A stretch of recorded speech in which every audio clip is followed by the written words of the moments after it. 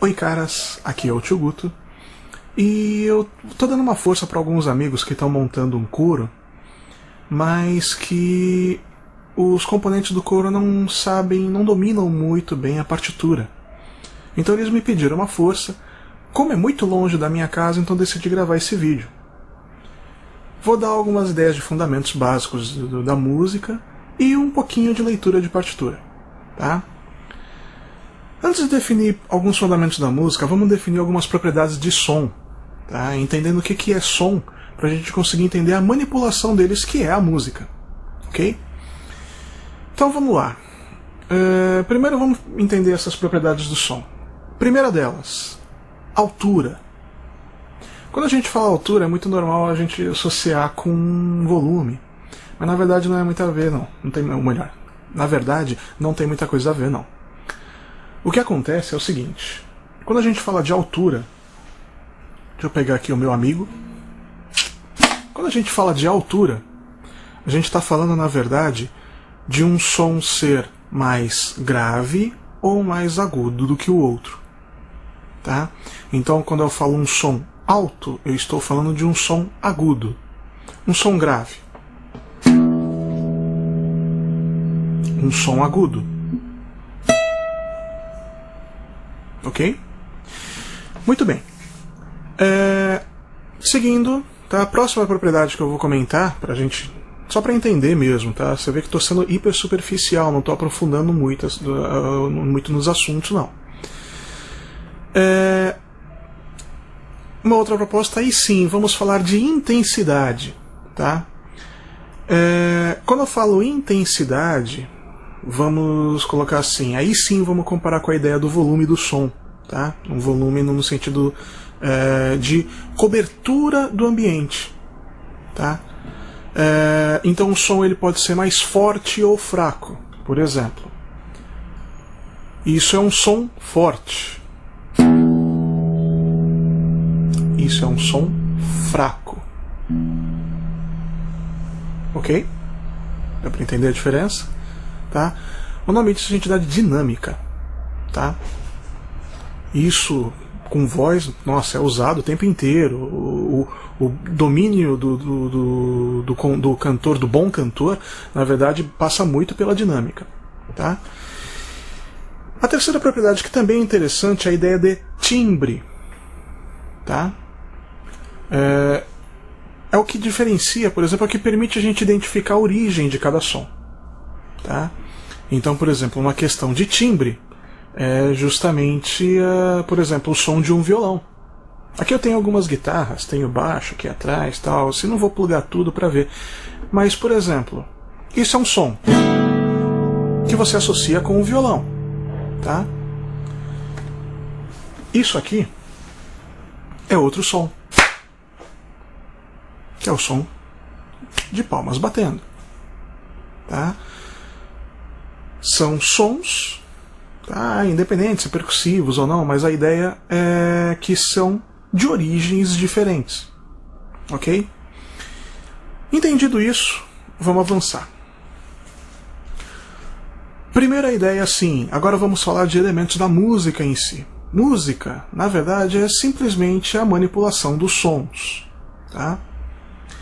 Então, a ideia, por exemplo, de melodia, ok? Melodia é a sucessão desses sons combinados, tá?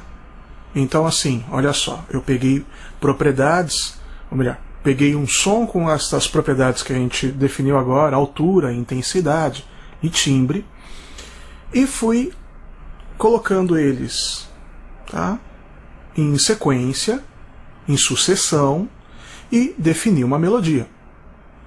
Por exemplo, usando, de novo, um violão, ok? Eu estou elencando uma sequência de sons.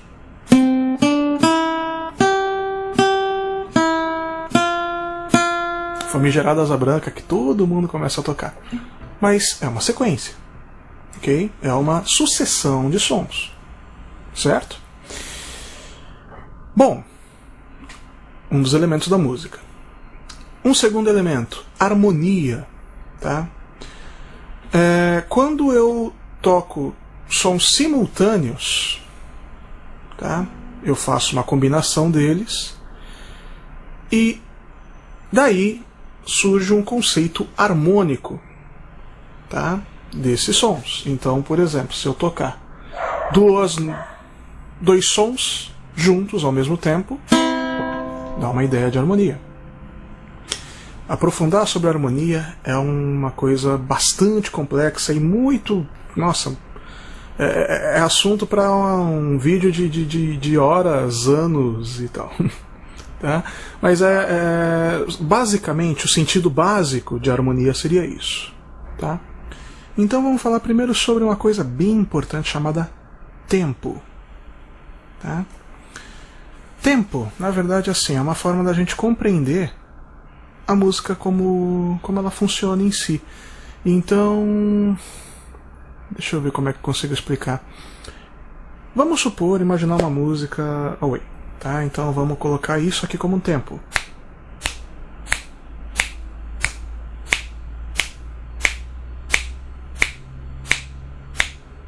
Ok?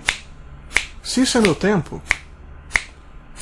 quando olhei a terra ardendo, qual fogueira de São João, e assim por diante.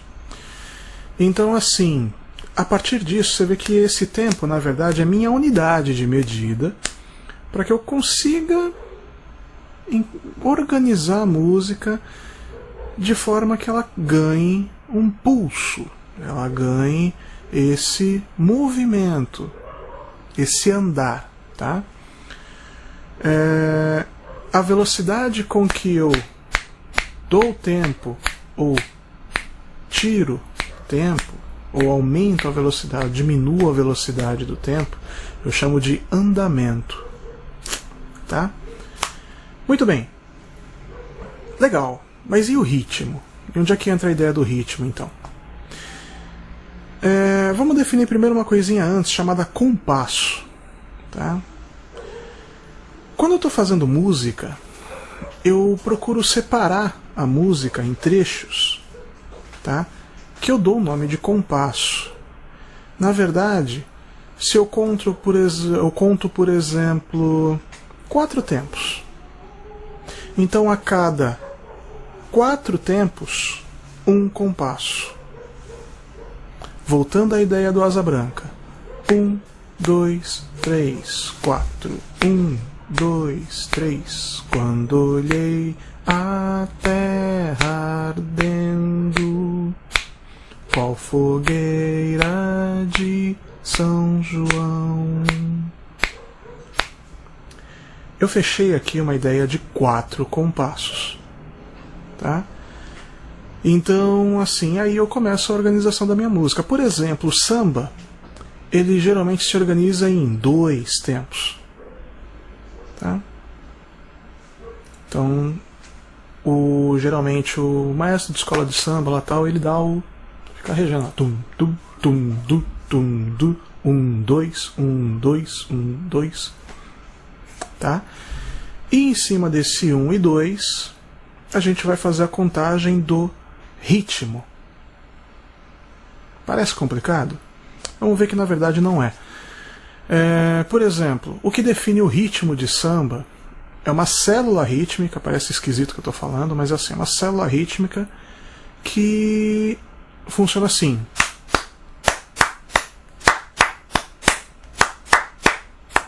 Um, dois, 1, 2, 1, 2, 1 e assim por diante. Tá? Então assim, você vê que é como a ideia do reggae, por exemplo. Na verdade, pegando de novo aqui o violãozinho, sei lá, qualquer coisa assim.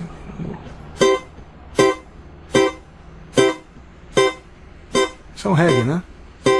Então, se a gente imaginar assim, 1, 2, 3, 4, 1, 2, 3, 4. Tá? Isso que eu estou tocando é o ritmo. O que eu estou contando é o tempo. Ok? Isso de forma bem simples, tá? Dá pra gente aprofundar muito esse assunto, mas eu não quero aprofundar porque a ideia é chegar na partitura. A ideia é fazer a galera que está assistindo o vídeo agora conseguir entender como funciona o sistema de leitura. Certo? Bom, defini mais ou menos essas grandezas. Tá?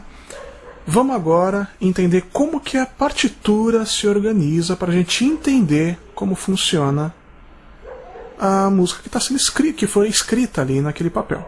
Tá? Antes de explicar como funciona a partitura, vamos explicar um pouquinho a história dela. Segue aí. Bom, galerinha, esse aí é o Guido d'Arezzo. Ele era um monge que viveu entre os anos de 992 e 1050 d.C. Foi ele que criou esse sistema de tetragrama, o pai do nosso sistema de escrita musical atual. Esse exemplinho que você está vendo aí na sua tela é um exemplo de partitura de canto gregoriano, tá? Que era muito comum, usado na Igreja Católica nessa época. Aliás, foi ele que também deu nome às notas musicais, usando o hino a São João Batista, que é esse aí que você está vendo. E não, eu não vou ler latim porque meu latim é horrível. Mas basta saber que o velho Guido pegou as primeiras sílabas de cada verso do hino para dar nome às notas. Ut, Ré, Mi, Fá, Sol, Lá e Sam. Com o tempo, substituíram Ut e o Sam por Dó e Si, respectivamente, porque era um tanto complicado cantar as notas que não terminassem em vogais. Ok? Vida que segue. Depois dessa linha de história, vamos entender agora os fundamentos da partitura, as ideias, os símbolos diferentes que tem na partitura, tá? Para a gente começar a entender como é que funciona a brincadeira. Primeiro, a partitura ela tem uma série de sinais que são extremamente importantes para a gente saber o que a gente vai executar. O primeiro sinalzinho deles assim é aquele desenho diferente que tem no começo de cada pentagrama, tá? Que é a clave. Tá? A clave é que vai definir o conjunto de notas em altura, ou seja, dentro daquela ideia, daquele conceito de altura que a gente explicou lá no começo do vídeo, que cada bolinha ali vai estar conceituada, contextualizada. Melhor. Definindo melhor, a gente tem 3 claves. Tá? Clave de Fá, a mais grave delas, clave de Dó e clave de Sol. Tá? Que é toda bonita, que todo mundo gosta de colocar como símbolo da música. Enfim. O que acontece? A partir dessas claves eu vou saber qual a tessitura das notas que estão sendo escritas ali. Tá, ok? Um segundo ponto importante na partitura. Logo depois da clave, eu tenho a orientação de tempo. Ok? Lembra do tempo? Lembra? Então, isso está sinalizado logo no começo da partitura, do lado da clave. Então, geralmente vai estar, por exemplo, uma partitura que tenha um sinal lá da clave de Sol, e do lado tem 2 números, vamos dizer assim, está escrito lá, 4 e 4. Ok? Isso define que o número de cima é o número de tempos por compasso. Lembra do compasso? Então, é isso mesmo. Então você tem 1, 2, 3, 4, outro compasso. 1, 2, 3, 4. 1, 2, 3, 4. E assim por diante. Ok? E o número de baixo? Então, o número de baixo ele dá o valor da semibreve. O que é semibreve? Então, semibreve é a figura de maior duração na partitura. Duração é. Vou explicar melhor nesse gráficozinho aí. Muito bem. Antes de falar da semibreve, vamos recapitular os itens que comentei sobre a partitura. Esta é a clave. Neste caso, a clave de Sol, a mais aguda. Relembrando, as três claves são Fá, a mais grave, Dó, a digamos média, e Sol, a mais aguda.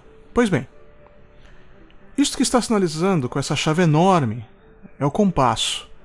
Ele é dividido por estas barras, ou seja, cada barra, um novo compasso começa. E recomeça a contagem dos tempos, sinalizada no começo da partitura ao lado da clave, lembra? 4 tempos. E o 4 de baixo é o tal do valor da semibreve. E voltamos à pergunta: o que é a semibreve? Bem, vamos definir que todo som, toda nota na partitura é representado por bolinhas. Que nem essas pretinhas que você está vendo aí agora. A semibreve é uma bolinha que nem essas, só que ela é assim, branca e sem pauzinho. Ou como a gente fala no mundo da música, para ficar mais bonitinho, haste. Com o valor da semibreve definido, definimos a duração das outras notas, as outras bolinhas da partitura. Como? Por uma relação matemática. Explico. A próxima nota é a mínima, que é a semibreve com haste. Aquela haste lá, lembra? Essa nota dura metade da semibreve. Seguindo, a próxima é a semínima, que dura metade da mínima. Essa já é a bolinha pintada de preto com a haste. A seguinte é a colcheia, que acrescentamos esse rabinho no desenho da semínima. Ela vai durar metade da semínima. A próxima é a semicolcheia, com mais o rabinho e durando metade da colcheia. A próxima é a fusa, com mais o rabinho e durando metade da colcheia. E a última, no nosso exemplo, é a semifusa, que tem mais um rabinho e dura metade da fusa. Bom, agora que falei da duração de cada uma delas, vamos voltar ao nosso exemplo. Lembra que o valor da semibreve, aquele número de baixo na partitura era 4? Então significa que a semibreve vai durar 4 tempos. Por consequência, a mínima vai durar 2 tempos, que é a metade da semibreve. A semínima vai durar 1 tempo, metade da mínima. A colcheia vai valer meio tempo. Sim, vai rolar fração, sim. A semicolcheia vai valer 1/4 de tempo. A fusa vai durar 1/8 de tempo. E a semifusa vai durar 1/16 de tempo. Mas, pô, tio Guto, o que é aquilo ali na direita? Tá, então, ali, na coluna da direita, são as pausas relativas às notas da coluna da esquerda, ou seja, elas representam o silêncio. Explicando. Se a semibreve dura 4 tempos, a pausa dela, a pausa da semibreve, também dura 4 tempos. Se a semínima dura 1 tempo, a pausa de semínima também vai durar 1 tempo, e assim por diante. Vamos ver como funciona? Bem, a seguir vamos ouvir a demonstração de uma leitura de partitura. No fundo você vai ouvir um metrônomo, ou seja, um aparelho que faz a contagem do tempo. Ouça aí.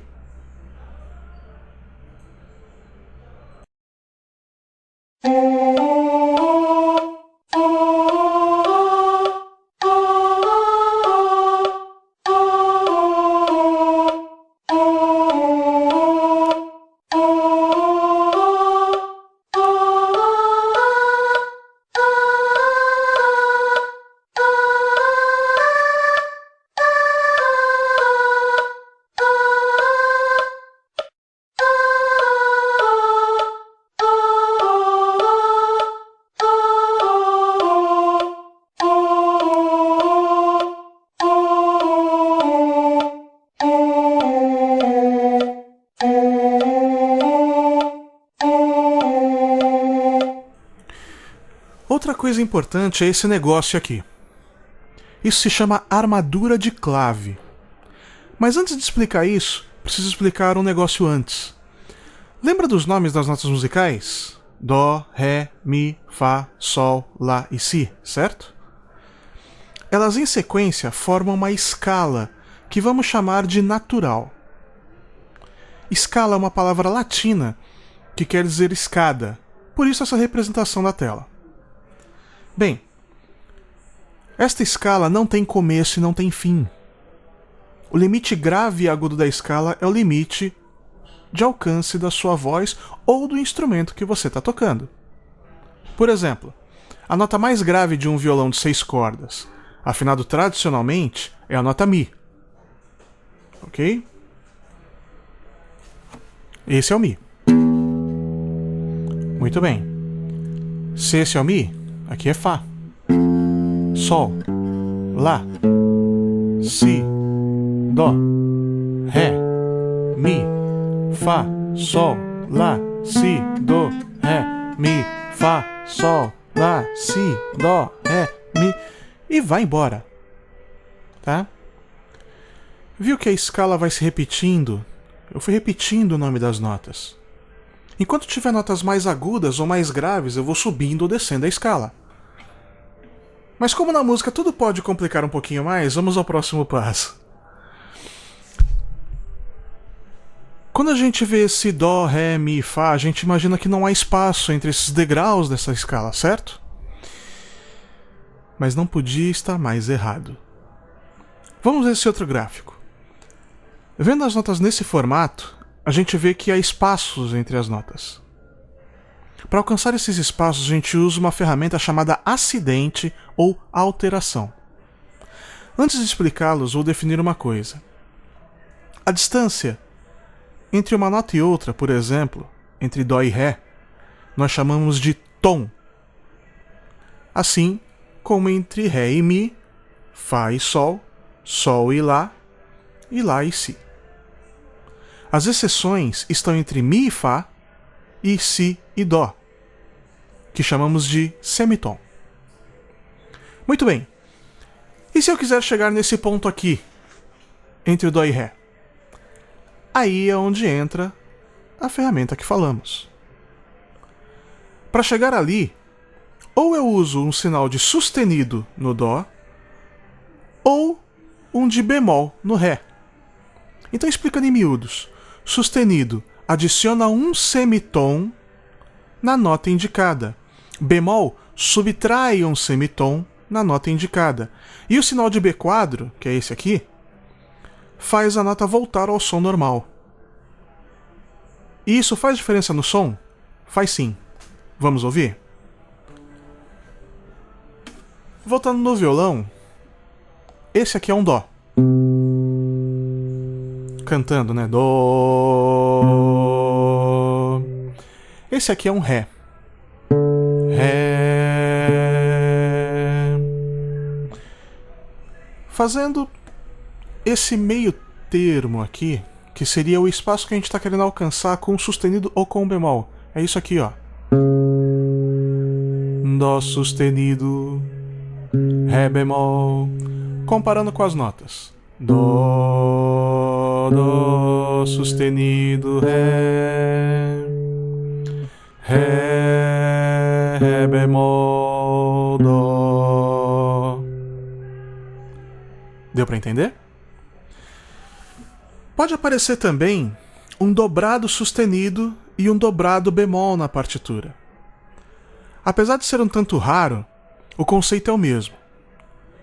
A diferença é que ao invés de ser uma alteração de meio tom, é de um tom. Portanto, por exemplo, se aparece um Dó dobrado sustenido, ele vai ter o som de Ré, vai ter o som de um tom acima. Bom, voltando à ideia de armadura de clave, ela está aí para mostrar quais notas da música inteira são alteradas. Ok? Quando o acidente aparece durante a música, no meio da pauta, como os exemplozinhos que a gente deu ali, ele vale apenas para aquele compasso. Entendido? Quando está na armadura de clave, é para a música inteira. Quando está no meio da música, ela só vale para aquele compasso. Ok. Para finalizar, se liga aí nas notas da clave de Sol e de Fá. Reparem que elas ocupam linhas e espaços exatamente no conceito de escadinha, como aquele gráfico que mostrei antes. Tá? Ah, quase esqueci. Tá vendo esse tracinho aqui? Esses tracinhos aqui, né? Eles aparecem em algumas posições ali. A gente chama isso de linha complementar. Às vezes a nota é tão grave ou tão aguda que passa do limite das 5 linhas do pentagrama. Então usamos essa linha para indicar a nota correta. Tá? Essa leitura das notas, você não precisa exatamente saber o nome das notas não por enquanto, você vai pegando isso com o tempo. É a prática que vai te levar à perfeição. Tá? Quanto mais você ler música, mais você vai acabar decorando, entre aspas, o nome das notas na posição da partitura. Ok? Ah, mas Tio Guto, e dá pra cantar bem lendo partitura? Então, tudo, não só na música, demanda estudo e perseverança. Para um exemplo, com a partitura eu pude cantar essa música da época da Renascença, algo em torno de 1550 d.C. Eu não conhecia a música, não conhecia a música quando o cara escreveu lá. Mas por causa da partitura eu consegui cantar desse jeito. Veja que eu vou colocar a partitura e ouça um trechinho. Rio, rio, tio, lá guardou libera. Dios guardó el lobo de nuestra cordera. Dios guardó el lobo de nuestra cordera. Rio, rio, tio, lá guardó libera. Dios guardó el lobo de nuestra cordera. Dios guardó el lobo de nuestra cordera. El lobo rabioso lá quiso. Bom, tá aí, gente. Eu espero que esse vídeo tenha elucidado um pouquinho as dúvidas de alguns conceitos que vocês têm. E claro que se tiver alguma dúvida, querer alguma coisa mais profunda em relação a algum assunto, a gente troca ideia em algumas outras coisas. Esse é só o primeiro, e eu tenho certeza que vai ser o primeiro de muitos. Qualquer coisa, qualquer pedido, qualquer coisa, entre em contato aí, já sabe onde escrever. Ok? Valeus!